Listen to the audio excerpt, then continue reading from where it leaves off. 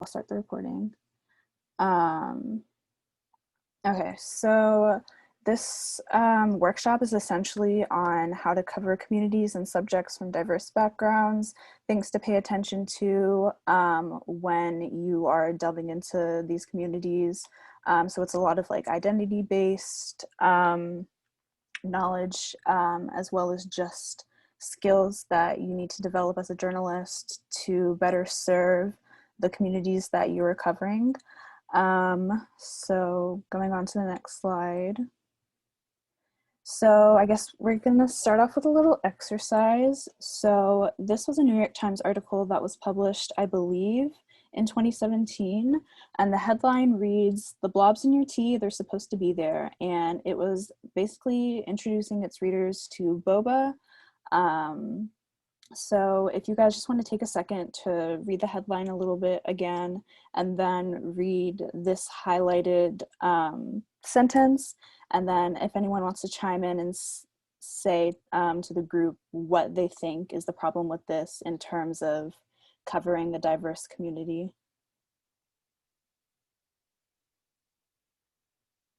Anyone can jump in.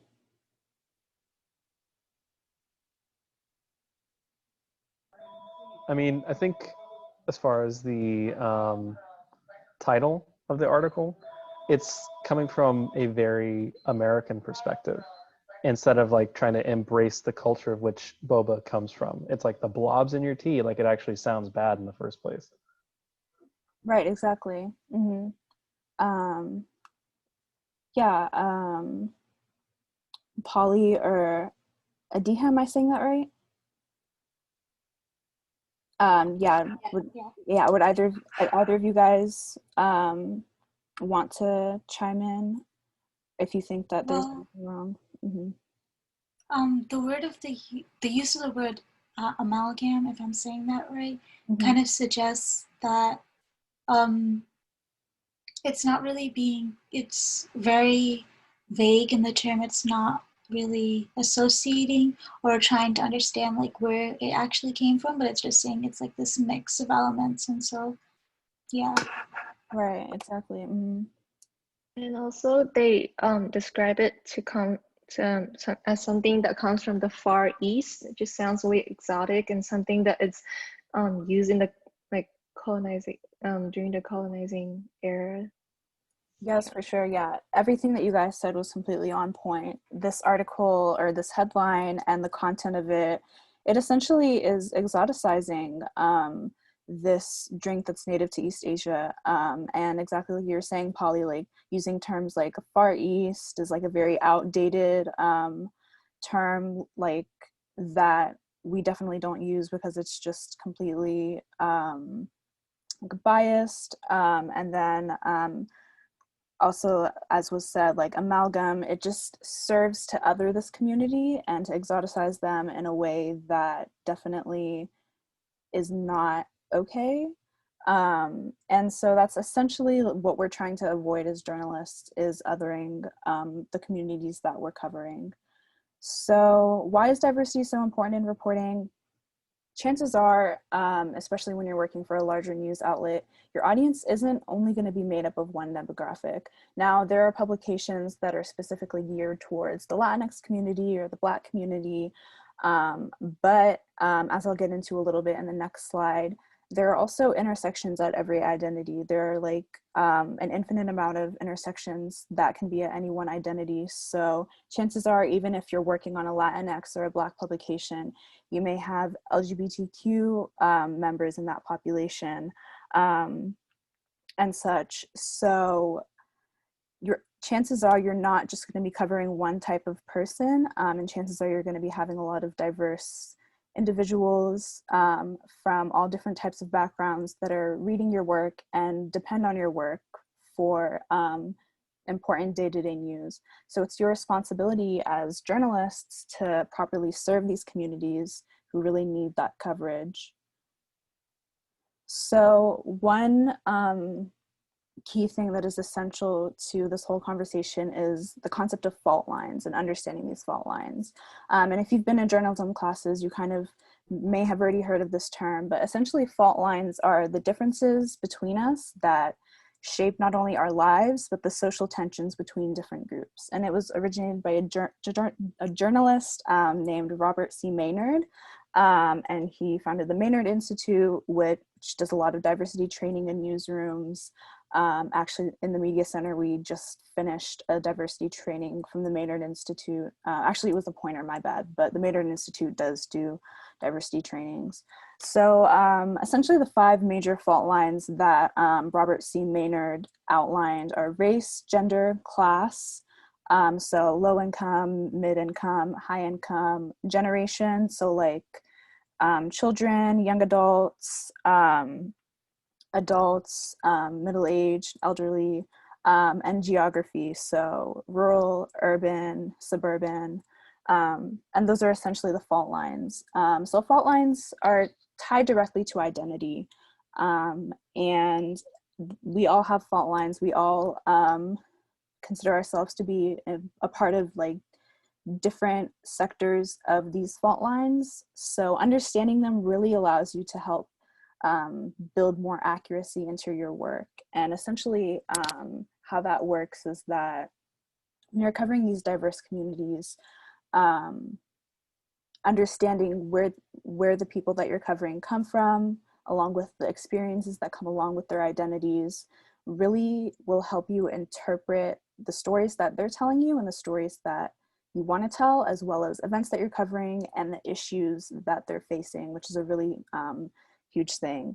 So understanding these fault lines and the differences shouldn't necessarily serve to make you want to other these groups, or as the New York Times article was doing, put them in a separate bubble or separate category or box them in, but it should really allow you to widen your perspective and really see how you can better cover and report on their different experiences, because all of our experiences are ultimately important and they're vital to storytelling. So in journalism, especially when we're writing leads, which is kind of like the first paragraph, the really nuts and bolts of our writing, we often try to cover the who, what, when, where, why, and how of an event within like that first paragraph, what we call a graph in journalism. But fault lines should be just as second nature as covering that who, what, when, where, why. Especially when you're like looking into the identities of the people that you're covering, really practicing this concept of understanding fault lines should really be as integral to your work as a journalist as just getting the nitty-gritty details of an event. So another way that we can help improve our coverage of diverse communities is to really just communicate. So establish a relationship with the community that you're covering. Don't just go into a community trying to get a story, then get your story and leave. Build up relationships, and as you'll see here, like developing a diverse source list, like really like reach out. If you're doing a story on, say, an arts organization in Baldwin Hills, don't just call up the arts organization, set up an interview, get the interview over with, finish the article, and then let that be it. Like maybe like look into different organizations in the Baldwin Hills area, look into different organizers and activists, really try and like develop your source lists, and then keep in contact with them.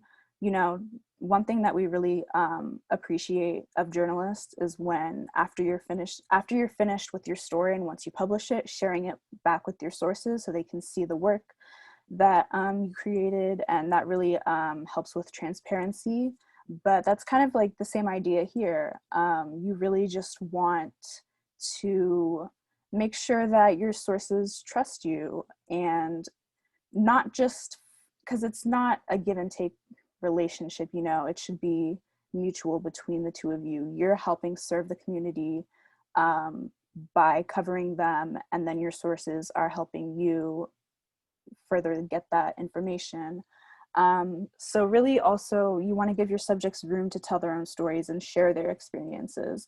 So along with building and establishing those relationships, you know, turn to community members for story ideas and really ask them what they would like to see covered. I think a lot of times newsrooms can be isolated environments where it's really just the reporters.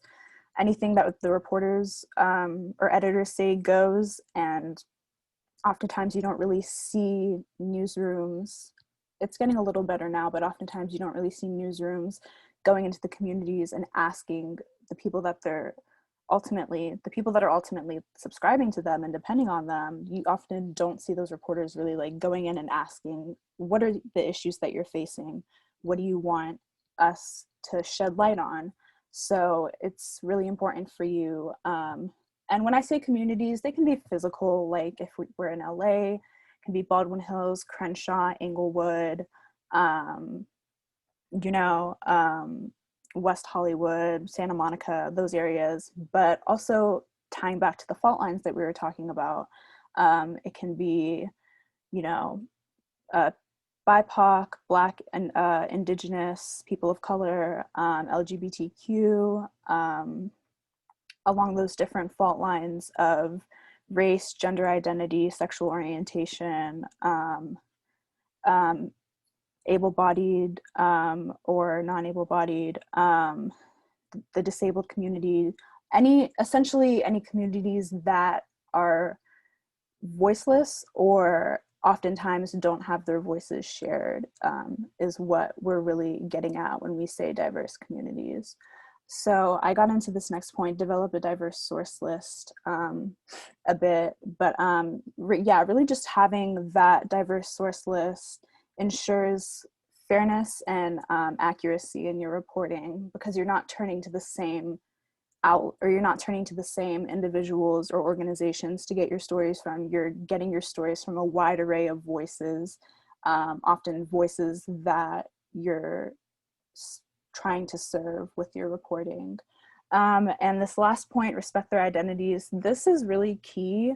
One big thing that all of you should take into mind when you're interviewing people is to definitely start by asking for their pronouns and make that second nature. So typically, like when I start an interview, I'll, if it's over the phone or in person or whatever, I'll usually say name. If they're a student, I typically interview students for stories. I'll say name, or could I get your name, year, and major, but make sure you're asking for pronouns as well, because that's so validating to someone when you're acknowledging their identity and their identifiers. So that's a big thing. And if identity is at the center of the piece that you're working on, make sure that you're accurately conveying those identifiers. Just as with pronouns, if a person is, say, Ethiopian, then make sure that you're properly identifying that if they are comfortable sharing that, and if identity is at the center of that piece, make sure that you're not mixing up your countries and saying that they're from Somalia or Eritrea or something like that. Make sure you're getting their nationality right. And honestly, that just comes with really taking time and care in your interviews, and really spending time with your sources, not just going through a bulleted list of questions and then being done.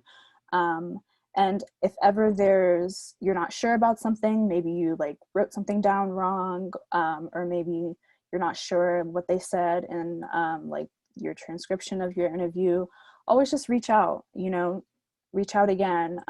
It's always good to get your sources' contact information as well, but always reach out again and be like, hey, I'm not sure if I got your pronouns right. Could I just get them again?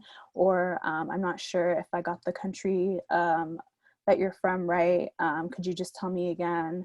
Because it's honestly much better to just verify that and make sure you're being as accurate as possible than to publish a story and have that information be incorrect, and potentially lose that source's trust.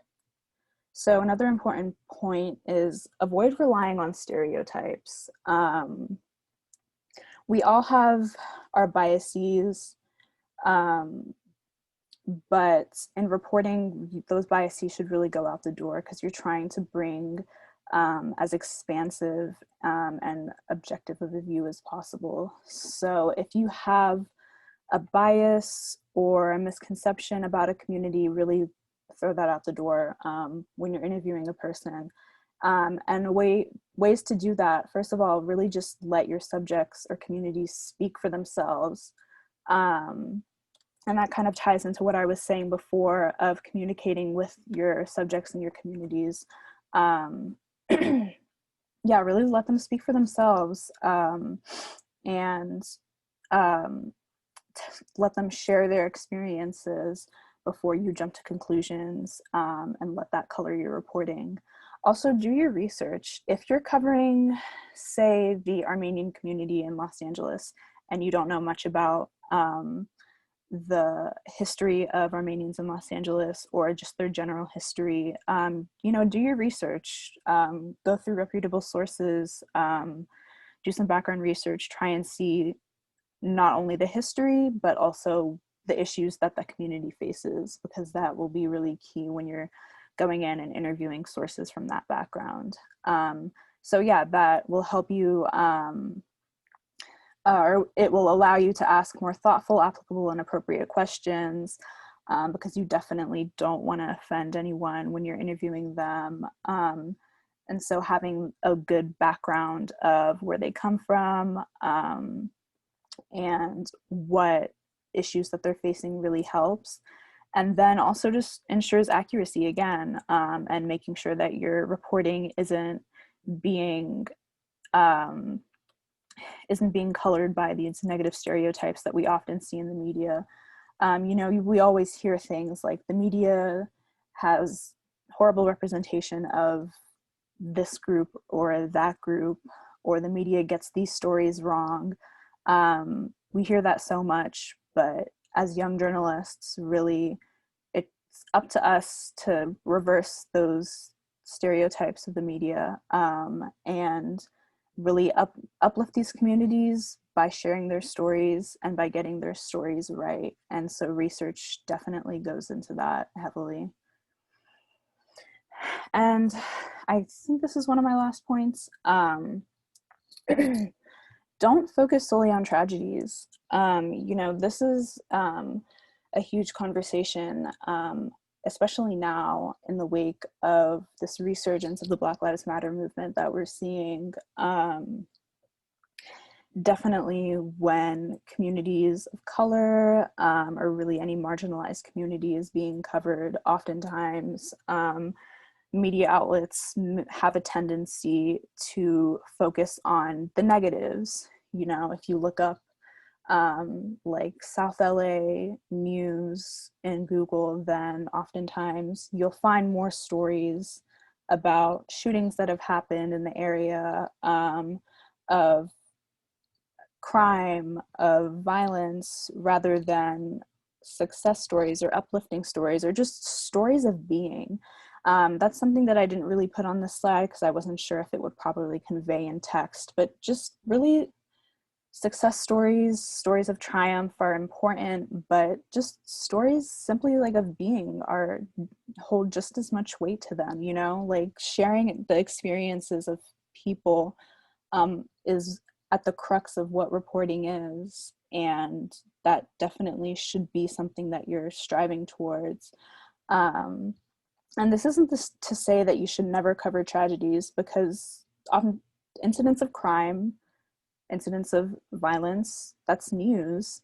So that isn't to say that you should never cover these incidents. That isn't to say that you should never cover these happenings, but just be aware of the frequency at which you're covering them, because over-reporting on them might, or oftentimes will, send the wrong message that you're only portraying a community in a certain light. And these communities are aware of this, and this leads to a lot of distrust of the media in these marginalized communities, because every time they look at a newspaper or turn on their local news station, they're only seeing stories of shootings, of violence, rather than just stories focusing on the good that's happening in their community. So doing this, focusing on, and I don't want to say like just happy stories, because it's really important to understand the issues that communities are facing, like I said previously, to identify those issues and work towards ways to potentially solve them, which is called solutions journalism, which I can get into a bit if any of you are interested in that. But yeah, this isn't to say just focusing on happy stories, feel-good stories, because life is a lot more complicated than that. But definitely focusing or trying to spotlight stories that showcase what the community is really experiencing really helps to validate those experiences and to normalize them, to normalize the good that's going on in those communities. All right, so this is kind of the end of this presentation. So we're going to go back to this headline. And I just want to ask you guys, maybe take a moment and just ask, how would you rewrite this headline specifically? If you're writing a story on boba tea, and you're trying to convey to your audience, this is a really exciting thing that's happening that the US is just now seeing at the time in 2017. Boba's everywhere now, but yeah, if you're trying to convey to your audience to explore this new or this type of beverage without exoticizing the place that it's from or othering the people that originated it, how would you rewrite it? So just take a moment, and then whoever wants to jump in, go ahead and share, and then maybe give a little explanation as to why you would name it that.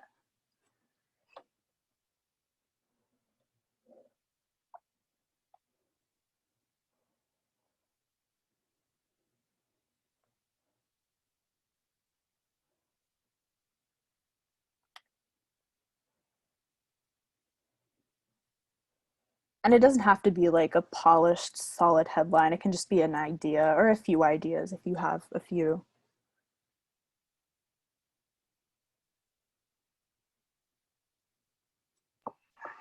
Perhaps something along the lines of boba tea shops that are opening like all over New York City. So it kind of shows that it's like a new phenomenon, but it doesn't, like you mentioned, exoticize the tea shops.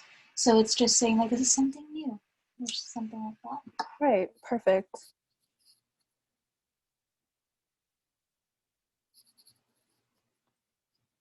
Anyone else like to go?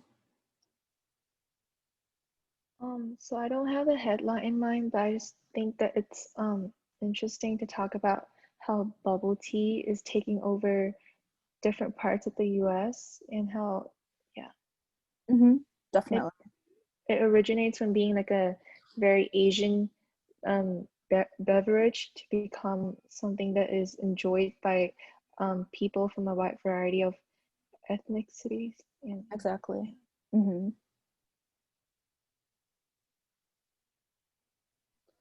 Yeah, I would agree with both those points. And I think on the lines of what Adia was thinking, it's like you're just pretty much conveying a positive perspective, even if you're just saying like you really ought to try this thing that's kind of coming about. That's what I would think anyway. If you also clearly state what the tea is, like you really should try boba tea, because it's kind of telling the reader like, oh, what is this? I've heard about this. That's at least what I would think.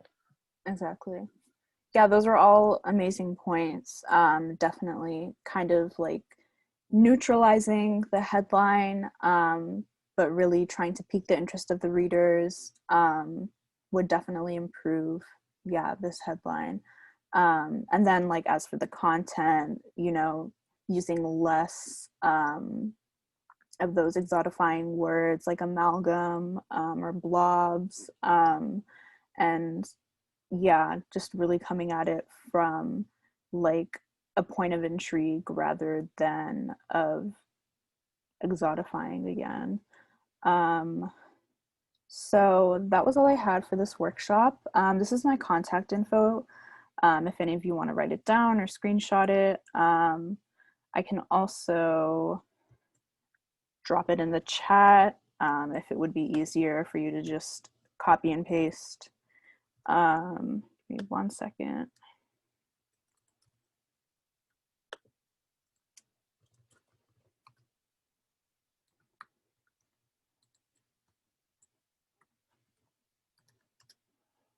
Okay, so that's my info. If any of you like want to reach out, if you're going to be working on the ACE desk or not. But thank you guys so much for coming out to this workshop. Here, I'll go ahead and stop